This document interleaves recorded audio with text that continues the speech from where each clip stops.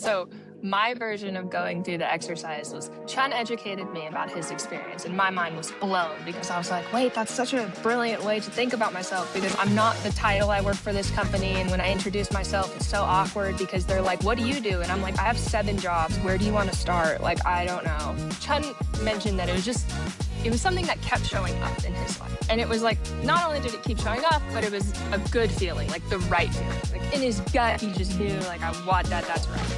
And then another thing is, I think it's just also consistent action. There's certain things that we know in our gut and we take action on, but we don't necessarily try to maybe transition them into a job or try to make money out of them or apply those skills elsewhere.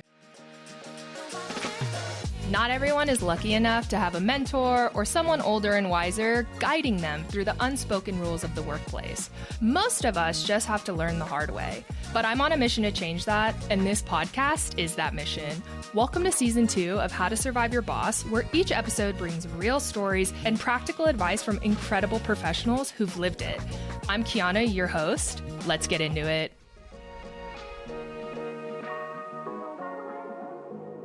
Welcome back to How to Survive Your Boss. We're here with an extremely exciting guest coming from a creative, business, and overall just, I think, spiritual background. I'm really excited to introduce you to Chhun Tang, my friend that I have met through the industry, but then also we don't directly work in the same space, but I think Chhun came into my life and instantly fulfilled a mentorship, maybe like role that I needed, and then gave me some crazy killer good advice that we're going to talk about. And so he's coming from this creative background, but he doesn't exclusively, I would say, identify with any individual title. He has worked in branding, design, across so many different industries, and honestly opened his own, let's say, retail business, but I would almost call that a personal project that he used to help learn about his own kind of self-awareness and, let's say, self, which is today's theme. And that's what we're going to get into today, because the most important thing is Chhun had introduced himself to me as a creator, a builder, and a philanthropist. And afterwards got into more of the details and his work with mentoring or volunteering or in the nonprofit space, all of the above. But he started somewhere so unique to me, and I'm really excited to have you here, Chhun. Thanks for joining us and talking about this. Thank you. Thanks so much for having me. I'm really excited to talk about this and dive into this topic that I think doesn't really get talked about much in general, but also especially in the professional context. So yeah, really, really happy to be here to talk about it. Tara, kick it off a little bit, maybe?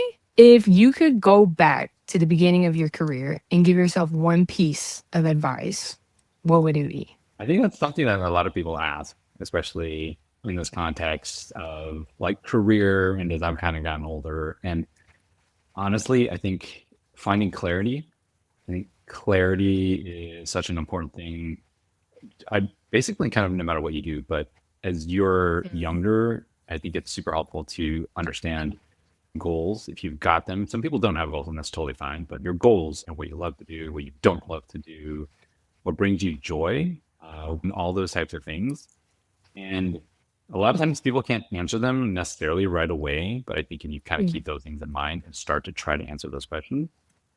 A lot of those small answers will a lot of times lead you to find answers to the bigger questions too. So finding clarity is definitely really important.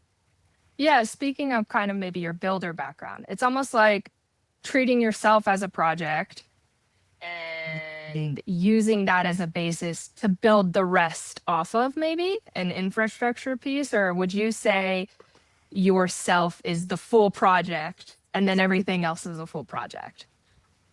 I think yourself is always the full project in a sense. And I think everything else is based. It's almost like sub projects within that, right? Like if you approached it that way, if you kind of thought about it in the broader context. But yeah, it's being able to kind of step away and kind of treating yourself that way, because I think a lot of times you're just too in it. You're going from one project to the next, one job to the next, one relationship to the next, and all of these different things. I think people don't necessarily take the time to step back and really assess what that is. Even when I was like a junior designer, I didn't really know like what was making me happy and what was making me unhappy.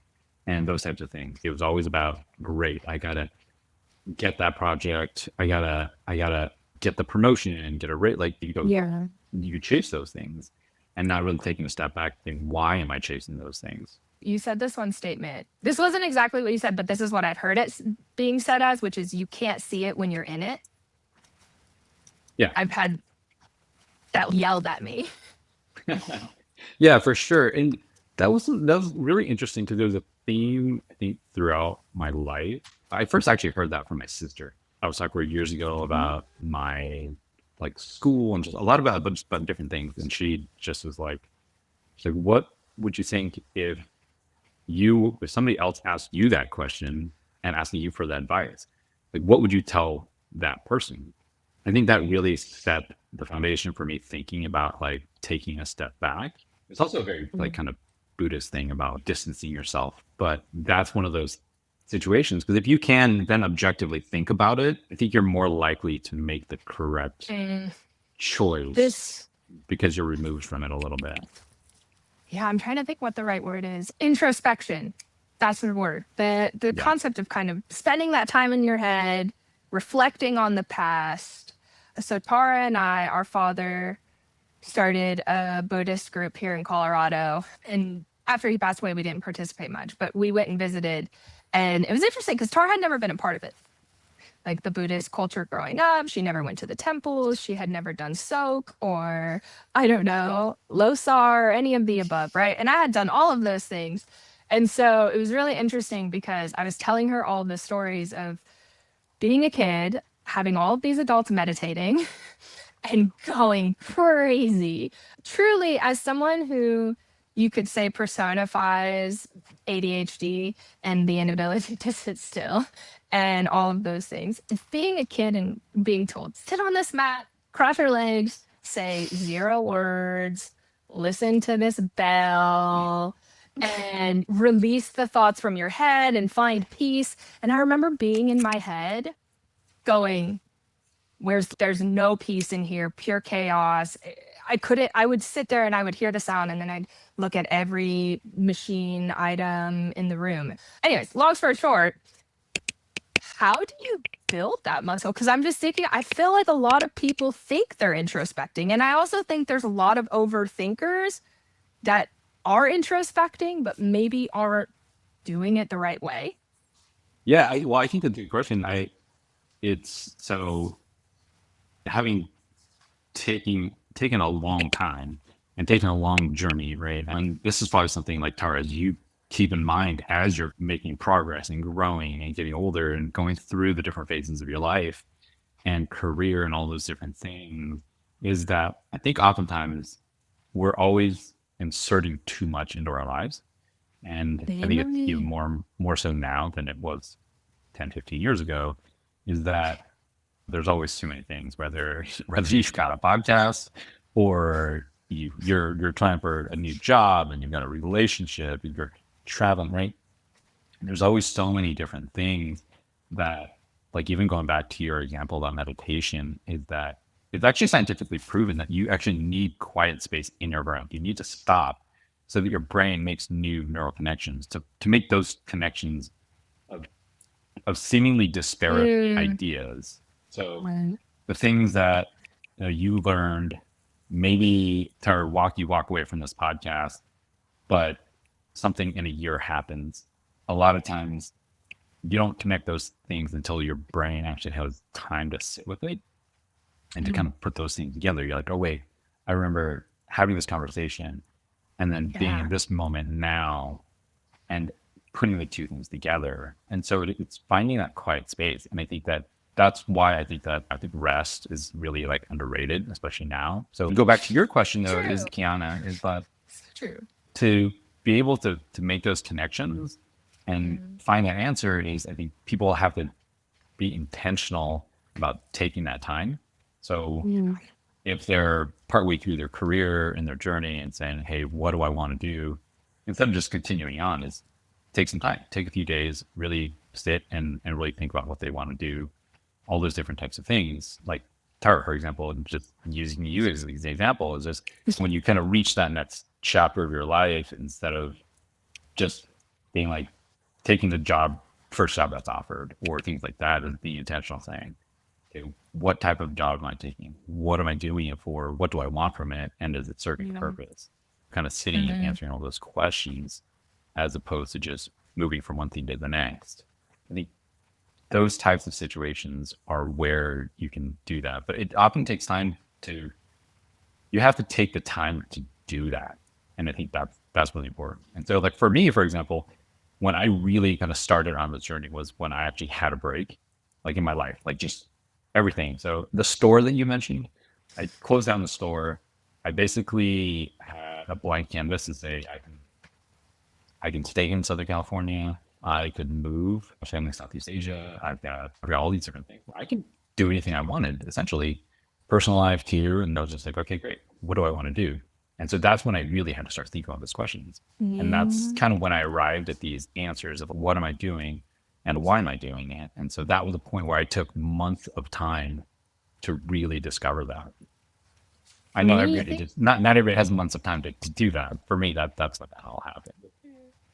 I am wondering, because for me personally, when I step back and try and think about those questions, I do get like this like terrible turning in my gut, thinking about, taking the time and thinking about like life decisions, because it's like it can really be a lot sometimes. Like for you, is there like, do you ever get that kind of way? And if you do, is there like something you can do to maybe get out of that headspace that is like, it's okay to sit and ask these questions to myself, and it's okay to be scared of the future? But in reality, like when you really, like when you say those things, it's a lot easier said than done, than actually like being able to separate the scarce reality from answering the questions. Yeah, well, for sure. I think a lot of that, it goes actually back to that first question you asked. When you try to find clarity, it's trying to find the answers to the small questions.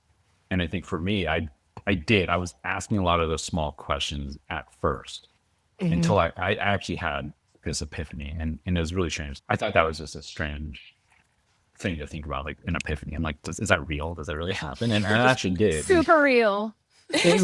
I had this moment. I think Kiana, I think I told you this story. It was just I lived in a place where I could just walk across a parking lot essentially, and I go grocery shopping, all these different things. I was walking across the parking lot one day, and it just hit me, and I was the part about my life about being a philanthropist just stopped me in my tracks, literally. And I just was walking, and I was like, you know what? Actually, is part of who I am is actually helping other people. It's core to who I am. Yeah. And realizing, not just thinking that, hey, I like helping people because it's selfish and self-fulfilling, or it's me trying to do this so that I can look good for other people, or other reasons that were externally validating that had an external factor that would validate something internally. Right. It was just like, it was core to what I was. And I knew it in that moment.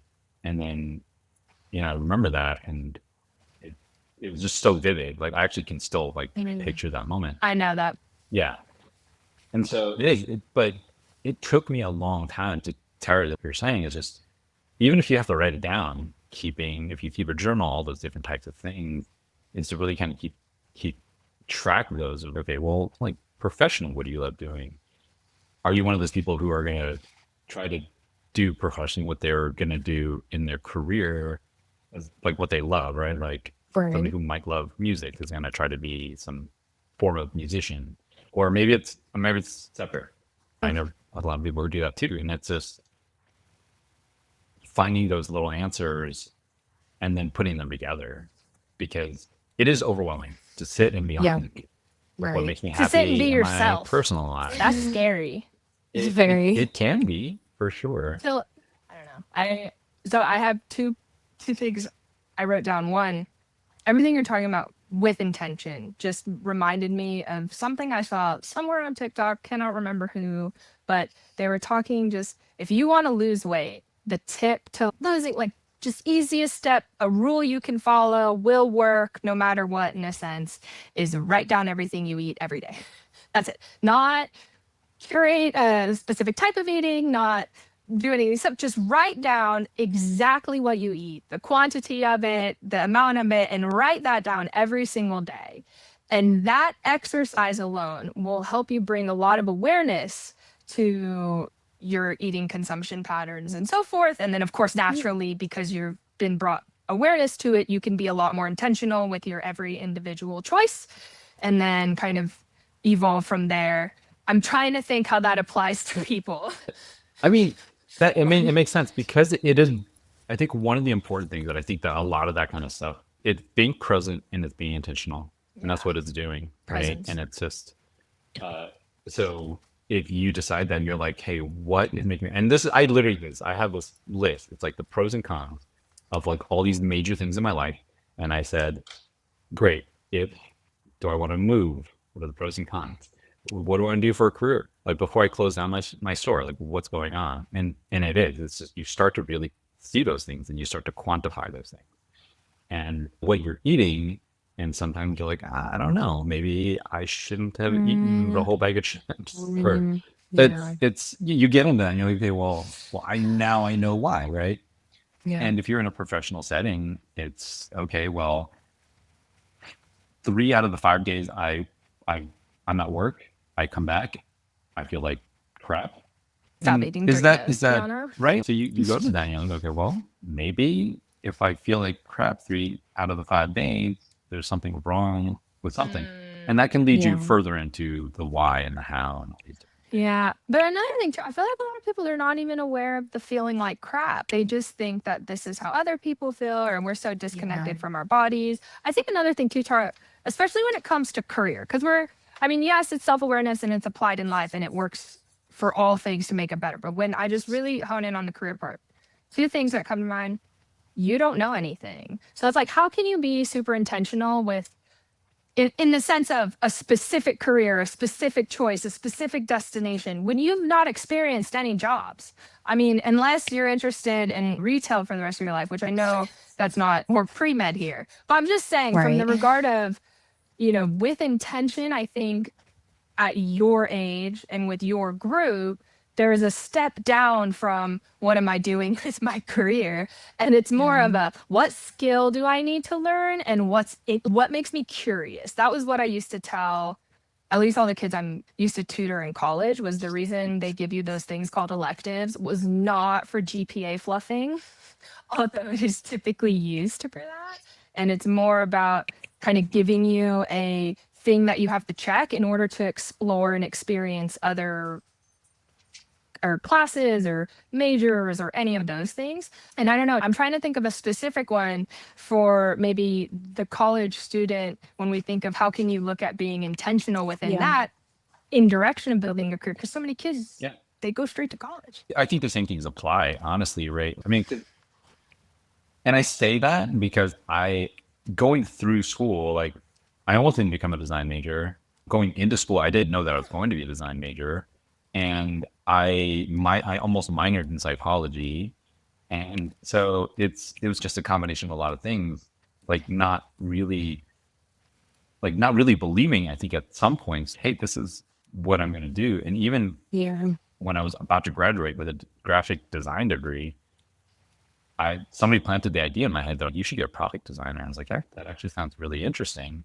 And I thought for a second about it, like really hard. So there were definitely moments that I really thought about and had to ask a lot of those questions about like why I was doing what I was doing.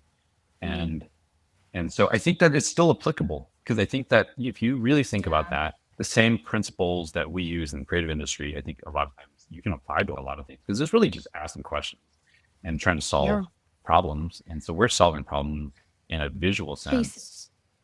But so for somebody who's still in school, so Tara, like, do you love what you're doing enough to continue down the path at some point? Do you not love what you're doing? One, a big fan of math class. So you have to dig through and find those answers to decide, okay, this is it. Because at some point you're either gonna be like, I don't know, because there are so many people, and this applies to people I graduated with, but aren't even in the creative field at all. And that happens to everybody, right? There are people who graduate with degrees, they end up using like later on. Yeah. for sure. Yeah, I've got some friends like that with the creative degree in a very corporate office Yeah. cubicle job or something of the sorts. I do wonder, with your experience going through these jobs, right?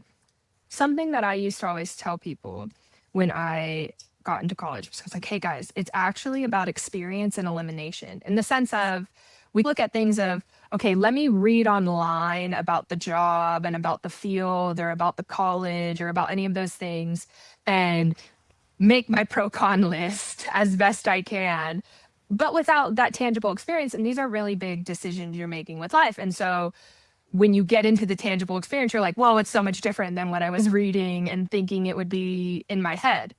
Um, and I'm thinking about just what you mentioned, where it maybe started with school and then it was you chased a curiosity maybe and then that led to another place and then maybe you never heard of the word or role of a product designer and so you just continued on until that coexisted and you chased that curiosity and just slowly because you couldn't have known those things existed when you were a 19-year-old in college, you were just getting closer and closer to the right thing. And perhaps if students stopped looking at it as I leave college with the thing, and that's what I do, Yeah. Yeah. it could help a little bit. Yeah, I think that that's really valid. I mean, Tara, like, what? How do you?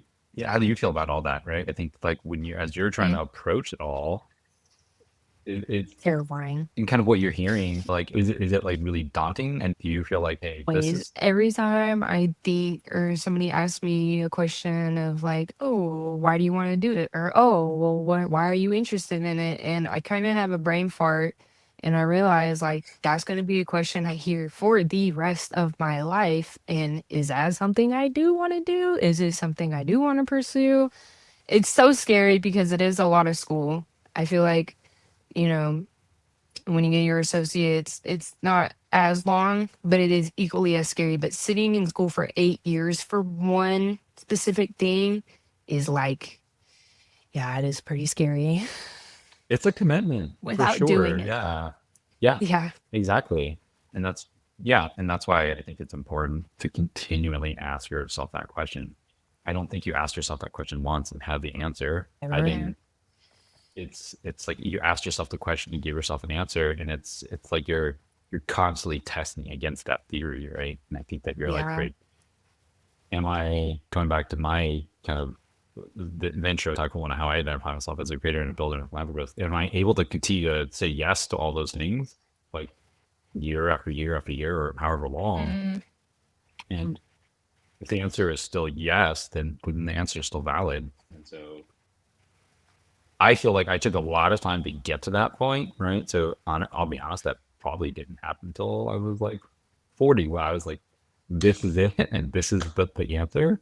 So trying to find those answers before that, I think you're just ahead of the game. And then yeah, you ask yourself those questions, and you just keep asking yourself those questions continuously. so perfect pivot into technically the biggest thing I wanted to really chat about because this is what Chun changed my life with was this kind of three adjective description of yourself or traits or skills or something very detached from anything immediately tactical. So it's not like I'm a father, I'm a mother, I'm a like immediate it's these are ways I show up consistently. These are attributes of how I present myself or how I take action on a day-to-day life. And also I think how I make decisions is part of it. I decide that these are those values. And so what I'm thinking we can do, Chen, is I'd love for you to explain how we got to this exercise, you going through the exercise, and then I can share a little bit about my experience going through it. And then little T, either for homework and or for her while we're on this call, if you have some ideas, maybe you can try to think of one. Yeah. Or yeah, you know what? I mean, maybe part of the conversation is, Tara, we can just ask you some of those questions, and some of those things Yeah. might come to you as we kind of discuss this, but without being overly verbose and too in depth. I think for me, how I got to this was, I think for me, part of my identity, being Asian American, growing up in a place where there wasn't a lot of diversity, being interested in the things I was growing up. Again, I was predominantly like white, area, I got into sports. So I played basketball, which I still play, but everybody around me was really tall, right? And then you go through school, you go through high school, like everybody, a jock or a nerd or random. There's a lot of categories. So you just kind of going through that, going to college, going to a lot of things, and just I never really felt like I had a label. Like I couldn't identify myself as like, you know what, this is who I am, and that's great, and I love that, and I felt at home and comfortable with it. And even with my friends, a lot of my friends were really into certain things, and I was like, great, that's I like those things too, but that's not what defines me. As much as I loved and love basketball, like I that's not me, like in my entirety. I also love a lot of the stuff about creativity, art, design, just so many different things that I couldn't really like pinpoint like an identity for myself. So yeah, so I think that's what I was struggled with. So just starting there, I was just like, I'd never really thought of myself as one particular thing. And then just had to start to really ask myself a lot of those questions, like what am I doing? What is it about my job that I love? What about this? What is it about? Like, what am I doing on the side? Like, I started really thinking about what I was doing and thinking about in my personal time too. And even then, I was like, yeah, I have this space on my balcony. I'd love to build like a little planter, and I love the way that this looks. And I You could would, physically build too. yeah, right, and yeah, and so and it was just like great, I did this, and then I had this space. I'm like, I really would love. I see the inspiration from somewhere, and I'm like, I really want to build a room divider. So I draw sketches. Most of the stuff I never actually got to building out of time, but those were the things I was still thinking and doing. And so with a lot of that kind of stuff, that started really, okay, well, I obviously just love doing that. And whether I was a graphic designer or not, I would probably be doing something in just creating and building things and just ideas, right? And that's part of what that was all about. And then so being creative, building, that just became an underlying theme throughout just my career, especially. And then as I was getting involved with organizations and things like that, it was like, great, I'd love to build community, do things like that. And you mentioned the store again, like it was a space and I was able to use it. I was like, this is great. I'm going to create this thing. I felt, I don't know, I definitely I definitely got in and didn't really know what I was kind of getting into with a lot of the aspects of it, but I was just like, this is cool. I Profound mean, list. yeah, just build. Yeah, it's just, the cons were way longer than than I had And imagined. you went to I was like, great, I'm gonna build this community. Well, I didn't set out to build a community. It just as I started doing it, I started understanding it. I was like, that's one of the things is what the people love about it is actually the community. So I'm gonna lean into building the community. So just kept going and just thinking like that's I think one of the things I most enjoyed about that was building that aspect of that. Going to another company, and then after that, I went to a company and like they had an API network. And I joined that, and then started getting into the leadership and the team and co-leading the network, all these different things. And I that was also part of it. It was just building a community, building a structure, building a path, building a lot of different things for people. And so that was that part. And then jumping into like philanthropy, I've been doing like nonprofit cause related work for a long, long time. And so for me that was something that like just based on where how I grew up and where I came from as like an immigrant who just I'll tell you the story one of these days, but I was actually really close to not actually surviving. And so I've also had a pretty bad car accident. So I was like, you know what? I feel like I'm playing with house money. And so with that, I always felt like I wanted to give back. But instead of giving back, I was like, the actual, I think, idea is to pay it forward. And so that's when I started doing all this stuff, volunteering, design work, doing all that kind of stuff. And then also then joining a nonprofit, joining the board of directors for a nonprofit, doing all that kind of stuff. And then teaching and that kind of stuff too. So then, and then also mentorship through different networks and other things like that. So that's always the thing. And then actually getting back into teaching in this fall. I was thinking while you were talking, a lot of things resonated in terms of just when you're going through childhood, nothing strategic because you're just absorbing life, and the strategy kind of comes from the people of authority to some degree.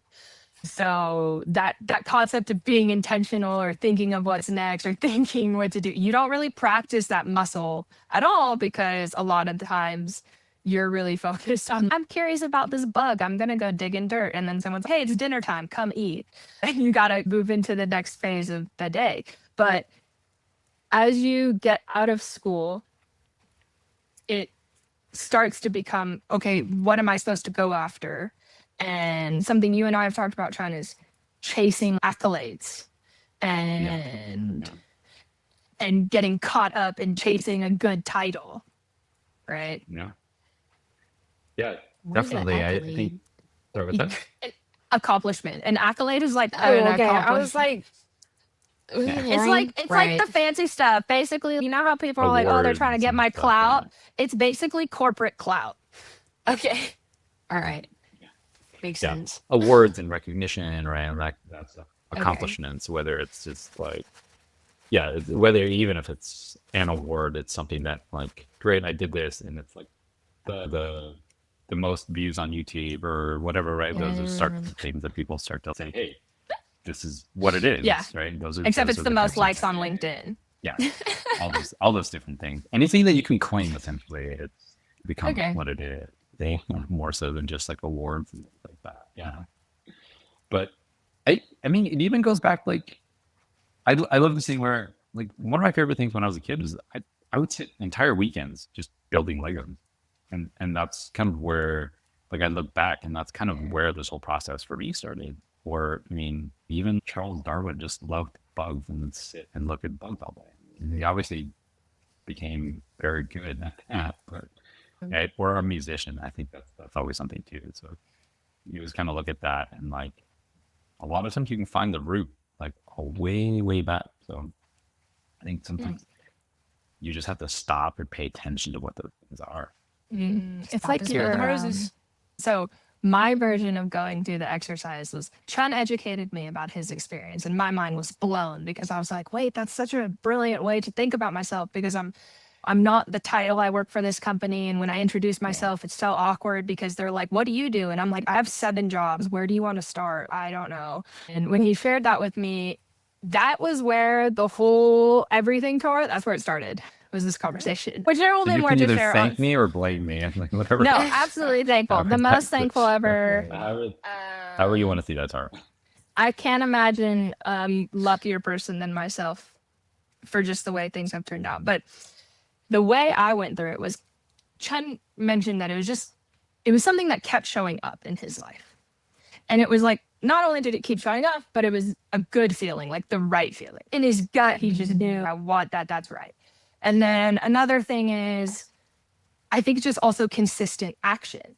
There's certain things that we know in our gut and we take action on, but we don't necessarily try to maybe transition them into a job or try to make money out of them or apply those skills elsewhere. So I know for me, I explain, if I see someone who doesn't understand something, especially if it's a concept related to what I'm working on or whatever it is, I like to stop and make sure they understand it. Or if I am the person who figures out some dumb question in class because it was written like a bunch of trickery stuff, I'm the person who sends it to everyone because I'm like, this is fat. What do you guys think? I'm that person. And that gave me my first one. I was like, oh, I'm an explainer. Because I explain things. I always try to explain things. And that was my number one, right? And then the next thing was, I was like, okay, I'm going through my life. And the explaining thing, I was a tutor. I worked at the high school. I used to get out of PE in elementary school to tutor kids in math. It was great. I manipulated every system I possibly could to not have to run. And I now know why. I had flat feet, but that's beside the point. Anyways, I didn't have any knowledge of that back then. The second thing, I kept thinking through it, and one of the things I've always been my whole life is what I like to call a challenger, which is I don't just accept things I'm told regardless of the source. The only person who really had full-blown let's say, authority in my life or my grandparents. If they said anything, then I would just, like, that was law and that was just life. And you just shut up. Everybody but them, though, different story. And I used to pay attention in college class. I played a game because I realized taking notes just didn't work. It was a massive waste of time. And so I used to play a game in my head where I would try to ask the professor a question to challenge whatever they said or correct them or something, to watch them get frazzled or frustrated, because it was the only way I could pay attention. And so, like I said, I always just learn really little things. I'm like, that doesn't make so much sense. Let me ask why that doesn't make so much sense and sit here and grill you on it a little bit. And then I went into work and I was like, oh, ad tech, this is dumb. Let me do this differently and not overcomplicate things. And so that was number 2. And then number 3, in similar fashion to Chun, was one of the things I consistently look at when I go through my life is I things, and not just in the sense of building, I think, hands-on wise, but setting things up that I walk away from and they still exist. So when I build a company or when I build a team, I build it with systems and all the things to exist so that if I fuck off, everything's fine. Everything continues to run in business as usual. There's no detriment here because everybody knows where they sit. And then I also think of that just in my life structure, like how I look at my finances, how I look at myself is just building. I'm building a financial freedom. I don't have it, but I also don't think it's something I'm going after. I just look at it as I'm building this thing and I'm building a career, which is turning out different than I had expected, of course. And that's how I got to my 3, was exactly what I tried to say. Some of those questions of what felt right, what has always been consistent, and maybe what have I always just naturally done. And I think, Tara, I'm thinking of you, and I have some. I'm curious if you've thought of any that are consistent. I think one of the really interesting things is that I've found about this process also is that most people can't answer the question of, hey, who are you, outside of certain contexts, right? If you're at a dinner party and you meet somebody, people will be like, hey, what do you do? And it's never, hey, who are you? What would you say? Or somebody would say, oh, well, yeah, I'm a creative director, or I'm a blah, blah, blah. I'm a business owner, or whatever it is. I own a restaurant. I'm a student. Yeah. Whatever it is. And so I think what was interesting is that this is an answer that transcends all of those things. It's not, you said it earlier, Kiana, it's not, hey, I identify myself as a father or a creative director or whatever it is. It's, these are the things that are kind of underpin you as a person. And then you can always use that in any context. And so I've always thought that was interesting because of just being able to identify yourself, not just in a professional sense or a personal sense. Just to throw the spotlight back on you, yeah, in terms of part of the discussion is just, have you ever thought about that? And have you ever really thought about, like, it's who you are as a person? Not. They're like, I feel so, but at my age, there are things that people can use to stick it to themselves because they want it so bad. They want it so bad, so that's the only thing they see, and that's the only thing they want to look at because that's what they want. That's how I feel when I think of stuff like that. Obviously, I'm pre-med.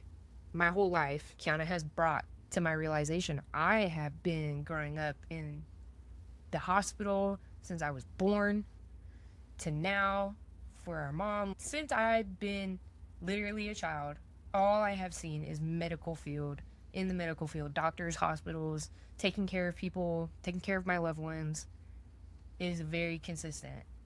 And with that, for me, to your point, like what you talked about earlier, is that me trying to just be selfish and be like, well, it makes me feel good to help other people.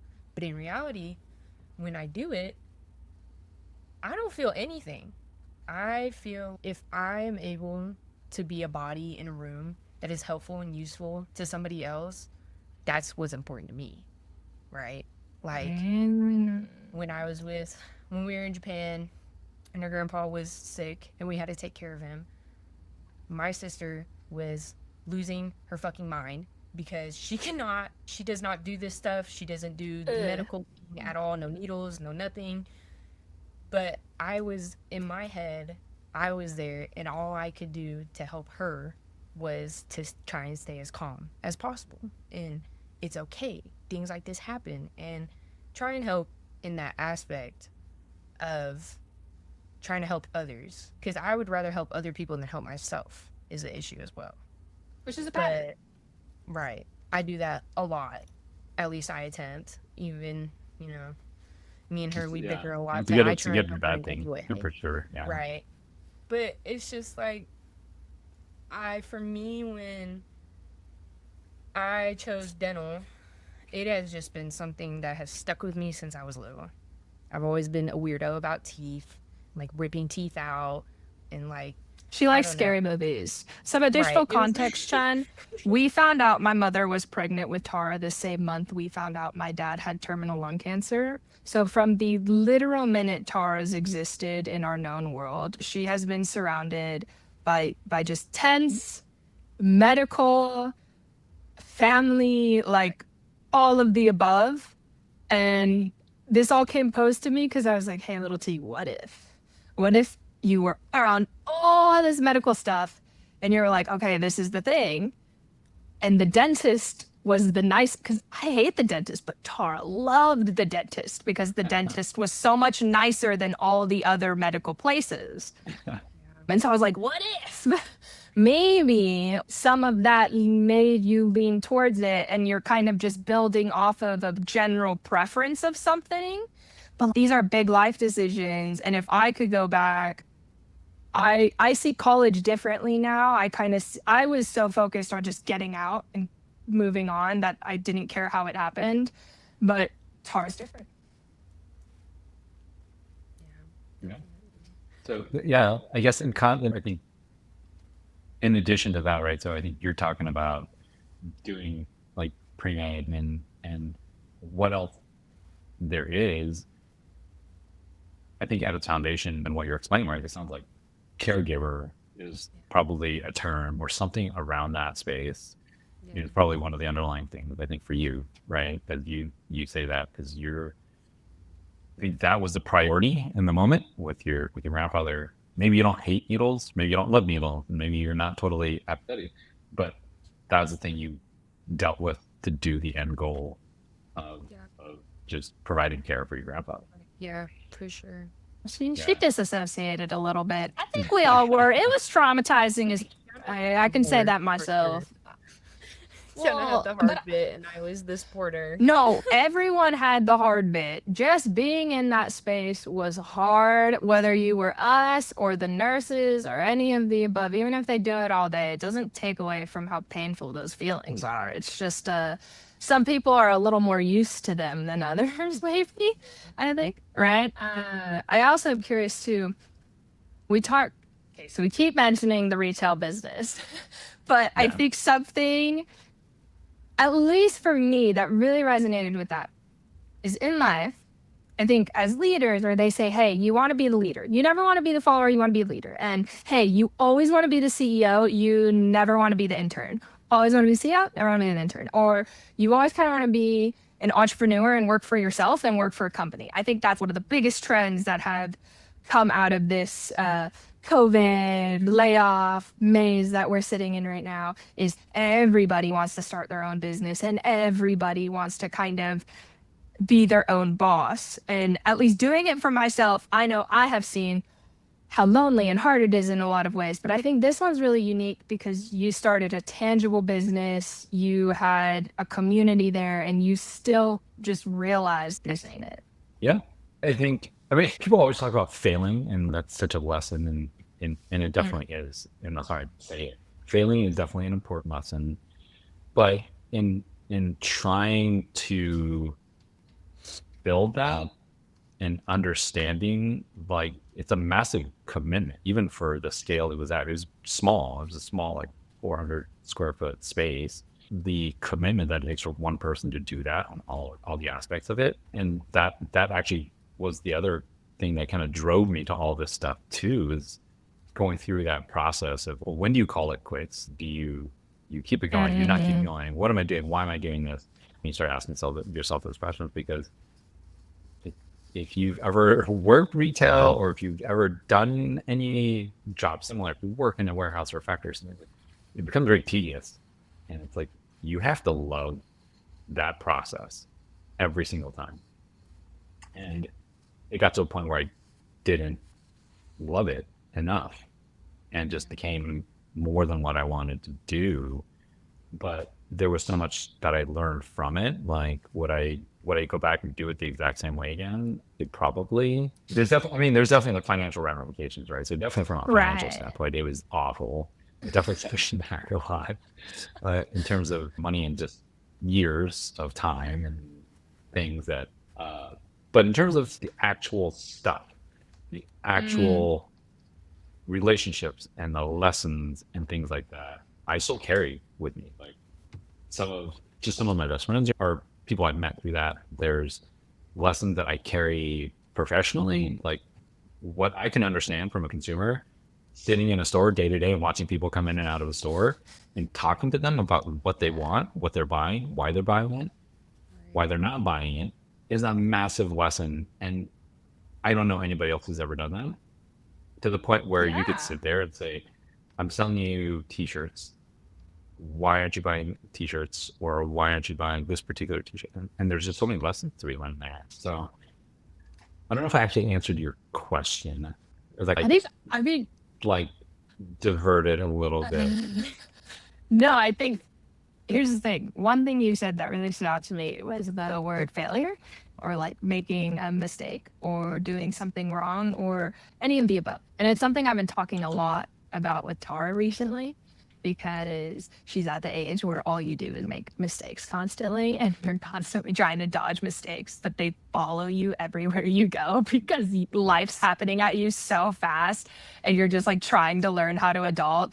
And up until this point, you didn't have to like touch paperwork every day or fill out regular payments or do any of these things. And now all of a sudden, here's all of this mundane, all those tedious little things you talk about, but just with your own like day-to-day life. And I was thinking about it. I'm like, I wonder in some regard, this concept of failure is really just about how you look at something, like the expectation you set for yourself in something, and then the execution that you have within your actual real life. So because I think of it, your retail business was like college. Was it expensive? Yes. Lots of condensed mistakes, lots of condensed lessons, but you got a crazy good network out of it. Did it set you back financially? Yeah. But do you become a much more intelligent business person on a day-to-day basis, get better at every job forward, and then more importantly, come out of it knowing a lot better what you want? Yes. And like college is the same thing, right? Except instead of getting to learn anything hands-on, you just sit with a book. So if anything, you're getting even more gypped. And everyone should just start a retail business like Chhun and just wing it. But still, though, I'm the word failure. I'm curious how you have maybe, thought about it your whole career. I know this is super off topic from what we talked about, but it really stuck out. No, but I don't think it is in the sense that it's all part of the context of who you are. Because I think also how you deal with a failure, I think is something, right? Failed businesses, failed relationships. Like you could see a failed relationship as a total waste of your time, or you could say I took life lessons from that, and knowing myself, knowing a situation, and knowing different things. And so failure, I think, really is just the other side of a lesson. And so really it's how you approach it and what you take from it. So I think that's all really important. And then it actually does tie back, because understanding that also helps you to understand yourself. So if you're able to look at that situation, like for example, like the retail store for me, for example, having that fail, but also coming out of it, realizing that one of the things that I loved from that was completely unexpected was building a community and seeing that grow, being part of these various communities. I did like a whole project on it when I had the store, in terms of trying to capture that community. was one of those things that I brought forward, and understanding that as one of the things I wanted to build. So as part of that failure, it was part of something that I learned for myself. I'm like, yeah, failure's tough. As you're talking to this concept of journey versus destination. If you exclusively look at the outcome, you could maybe objectively say this was a negative failure, because on a pro con list of any sane person, losing money is a con, losing time is technically a con. So you could hypothetically, right? But Yeah. if you looked at the collective experience, there was zero failures made. There were mistakes made along the way. But I used to always tell myself, this concept of perfectionism, I think it's fake. Slightly hot take, but I just think perfectionism is a shield we use because we're not comfortable using the muscle of making mistakes. And everybody makes mistakes. It's just, you got to learn how to address them. And so if you're not used to making mistakes ever, and then you make one little mistake, everything shuts down because everything's on fire. I've not felt this feeling ever before on my life. Blah, blah, blah is ending. Things are bad. But on the other half of it, mistakes aren't really a bad thing, because for me, I've built the muscle. I told myself, hey, it's better to perform than to perfect. And if I tell myself I'm going to get skinny arms, which I did, and then I say the way I will get skinny arms is via Pilates twice a week and this strength training once a week. But then 3 weeks into said skinny arm journey, I go and miss the Pilates 2 days thing. It is still better to do 1 day of strength training than to do nothing for the whole week, right? Yeah. And that analogy kind of got it for me and helped me realize I was just super in my way. Like, perfection is the enemy of good. I think people say that a lot, more so, I think, more lately.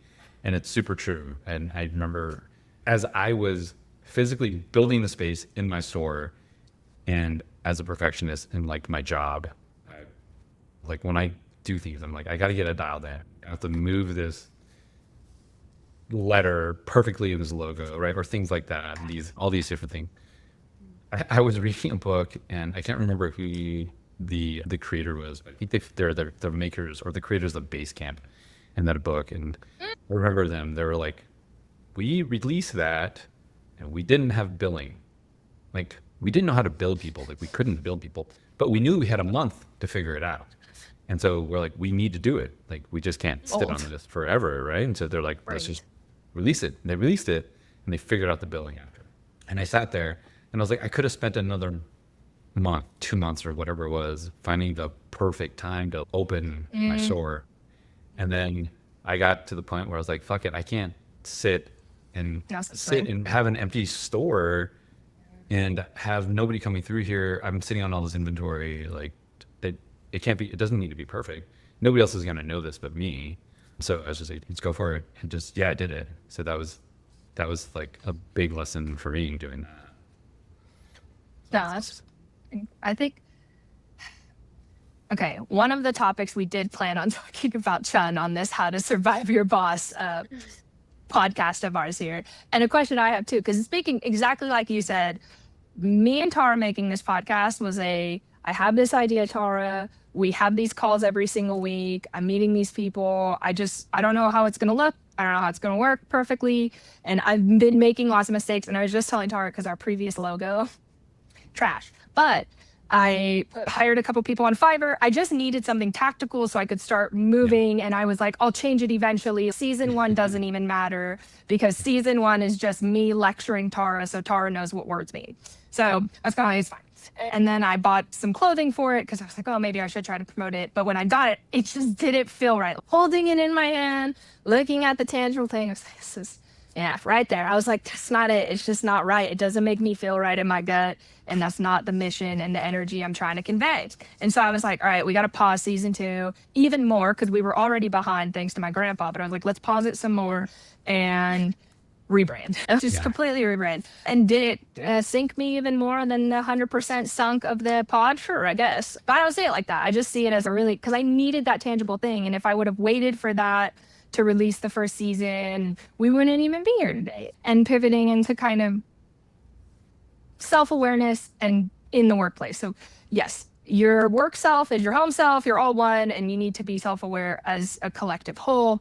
But a curious talking, let's say daily talking exercise you do with yourself is when you're setting expectations with your manager or with your team or with anyone that kind of works in that corporate space with you.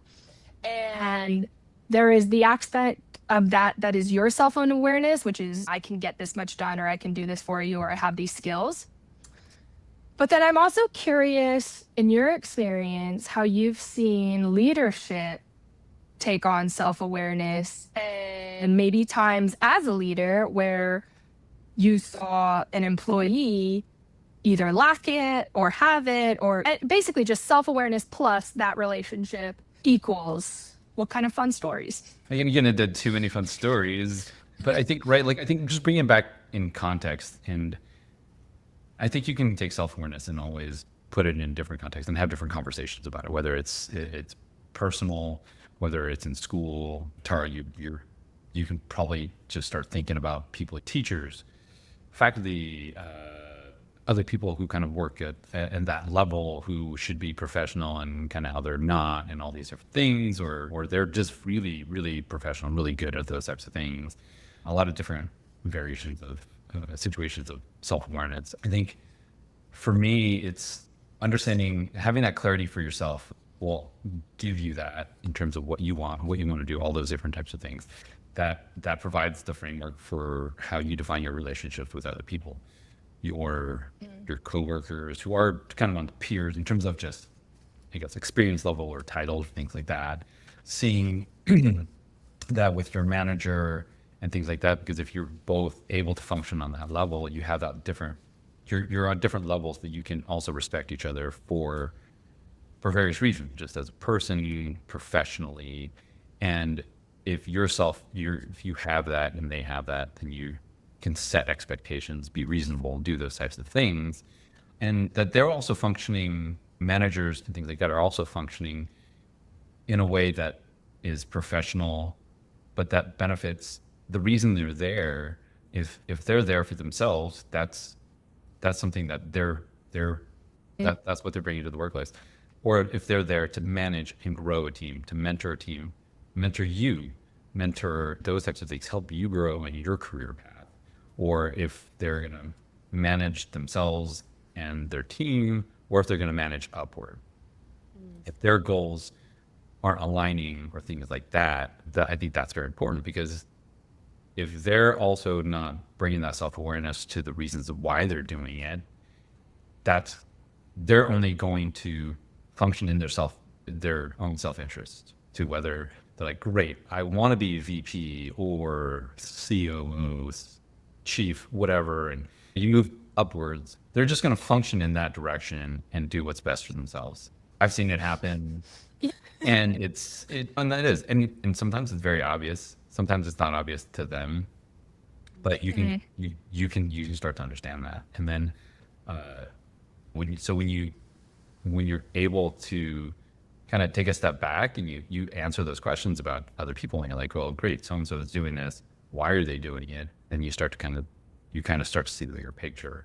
So when you kind of function on that level and being able to see it, I think a lot of that becomes much more clear, and that helps you understand the situation, but also gives you more context in how to operate in that space, right? So Kiana, I think we talked about it a little bit too. So if you know your manager or boss or whoever is above you functions a particular way, you know how to navigate it, right? Like now you know their motivations, and you know how to talk to them, how to like you can't change reality just because they're in a job. Pay attention.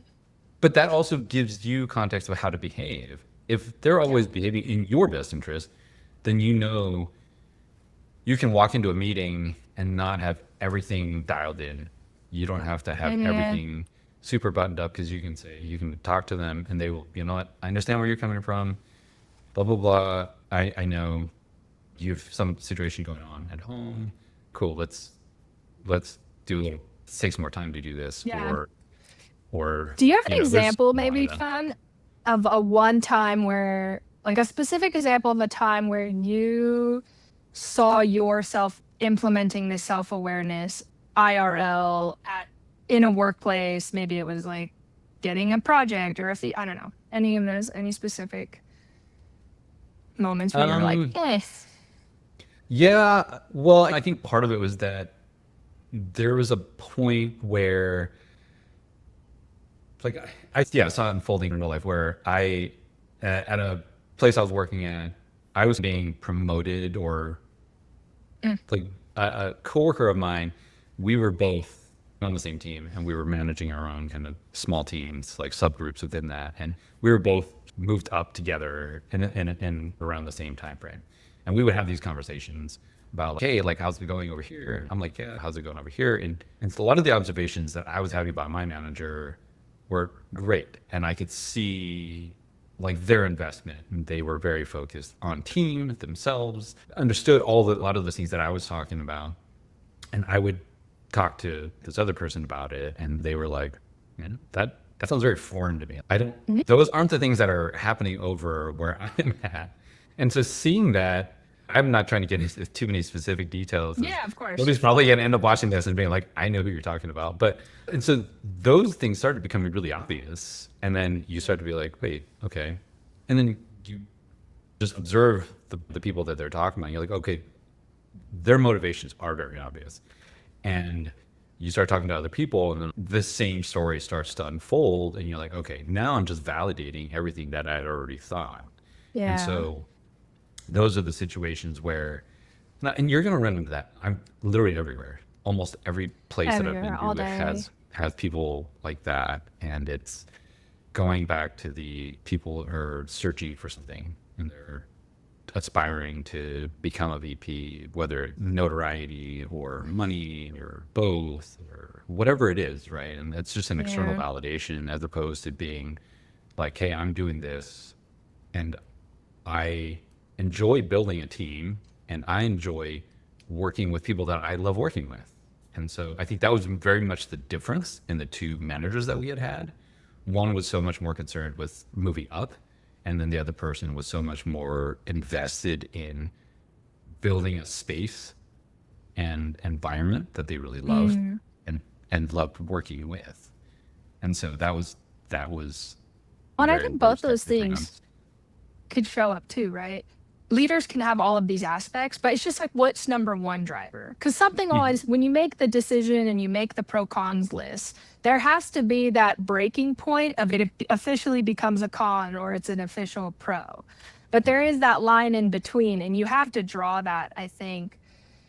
And you don't learn that early on. And I also believe, just when you're so young in your career, you are so focused on your work and just getting your work done.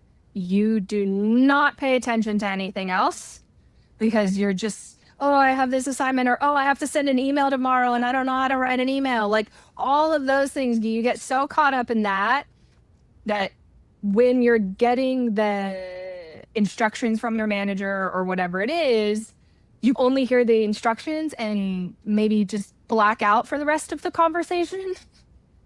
At least I know that's how it was with me at the beginning of my careers. I would hear, Yeah. like, okay, do, wrote down the do's and got the hell out of there and was like, all right, let me go get that done. Yeah. And in thinking back, like, I had those people too, just back when I started out, and I would notice, but it wasn't as clear because I didn't really take the time to really think about those things and then understand my role in that as well. And so I think that's the benefit of having, like, other people to talk to and being like, great, yeah, it's important finding clarity. So when you're sitting in that situation, you're like, all right, well, so-and-so is like this. Do I want to work for somebody like that? Do I want to be friends with somebody like that? Do those types of things. And you start to have those small questions answered, so that when you get to somewhere else, you already have the answer to the question. And you're like, great, I had this job and my boss was maybe was fantastic. They were this, and they were really invested in my growth. Da, da, da, da. You go and you're like, you know what? But I'm hitting a ceiling at this small company. I need to go somewhere else. You go interview somewhere else, and the person is not those things. Then you have to ask yourself, like, do I want to work here? Do I want to work for this person? Yeah. So, that again, so all those different things just kind of add up to the bigger thing. Getting caught over like or don't get so caught up in the labels. And I think just to summarize all of this, because I've got a lot of big notes and we kind of detoured a little bit, which I love. And we learned a little bit about little T today. So that was super fun exercise. So thank you for walking through that with us, Jen. But one of the big things I'm seeing with this is, okay, I asked you to come talk about the 3 things model that you started to explain yourself. And as you were talking more with Tara, and then as we get into failure and we talk about all these things, what I started to realize was we try to diagnose ourselves before we learn our symptoms. We try to say, hey, you're a dentist, Tara. But like nowhere in that did I go, hey, Tara, how do you feel about brushing teeth? How do you feel about this, giving this shot? What are your skill set in terms of table manners? How do you feel about math? Because there's a lot of math in this stuff. We don't look for those friggin' symptoms. No, we don't. We don't teach kids how to get the symptoms. We don't teach them how to think about that. We just go, here's an aptitude test. Because in similar fashion to how you're told to eat dinner every day, here's me finding a way to tell you based on the aptitude skills of a questionnaire, mind you, a multiple choice questionnaire when there is a literal endless choice path for careers, but a codified aptitude test. And we skip it. We just skip it. We go right into it and we chase it. And so something I have learned ever since meeting you, Chhun, is even I feel in our one-on-one conversations, I don't know how much you meditate. I'm going to assume you absolutely meditate. I don't know for sure. Maybe you should confirm or deny. But I just feel you have such a sense of peace and groundedness. And when I am talking, when Tara is talking, yes, you are using the brilliance behind the brain, but you feel very present and we've never even met. And that's incredible. Yeah. So thank you for sharing that with us. Thank you for coming and sharing your advice with us. I think there's so many big ideas here, and it was a big topic to try to cover. And I think we did it justice, at least in this initial conversation. I think we have some more models and some more conversations maybe down the line. We'll see how this goes. But other than that, though, Chhun, anything else you want to add? Any maybe shout out some projects you're working on or anything going on where someone maybe can be like, hey, Chhun, teach me self-awareness and let me follow you. Well, I think the overarching thing, I think like we were talking about initially, it was really self-awareness, right? And I think we talked about it in context of personal things, but if you really talk about being professional, those are all parts of who you are. And those labels of whether it was, and again, it doesn't have to be 3 words. We ended up with 3 words, but it could be 1, it could be a phrase, it could be something, right? Maybe Tara ends up, you're like caregiver, and that's really all you need. And you're like, that's it. And I think that we did like veer off the path a little bit, but I think we kept our eyes on the finish line. got there. And I think we did. Yeah. The context of the 3 things are kind of finding ways to define yourself in that sense. It still kind of falls under this whole thing of this idea of self-awareness, because I think you have that, to ask those questions, be intentional, be present, to do all those different things. So yeah, so first of all, thanks. I know we've had lots of conversations. It's been great having this conversation. And these are things that I think people don't talk about, I don't think, enough, but especially in context of the professional environment as well. And I know that's how we met in terms of just that, the professional networking. And so to end up here, I think was really fun and interesting, because that's not a typical thing where you're like, I met somebody through networking and this is where you end up. Actual networking, mind you. Yeah. Not in person. Cold DM on LinkedIn, actually. But after the fact.